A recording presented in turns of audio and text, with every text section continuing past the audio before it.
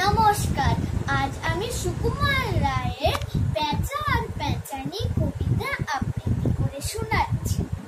পেঁচা কয় পেঁচানি, খাসা তোর চেঁচানি, শুনে শুনে আন মন, নাচে মোর প্রাণ মন, মাজা গলা চাচা সুর, আহ্লাদে ভরপুর, গলা চেরা ধমকে, গাছপালা চমকে, সুরে সুরে কত প্যাচ, কিটকিরি ক্যাচ ক্যাচ, যত ভয় যত দুঃখ, দুরু দুরু ধুক ধুক, তোর গানে পেঁচি রে, সব ভুলে গেছি রে, চাঁদ মুখে মিঠে গান, শুনে ঝরে দু নয়ন।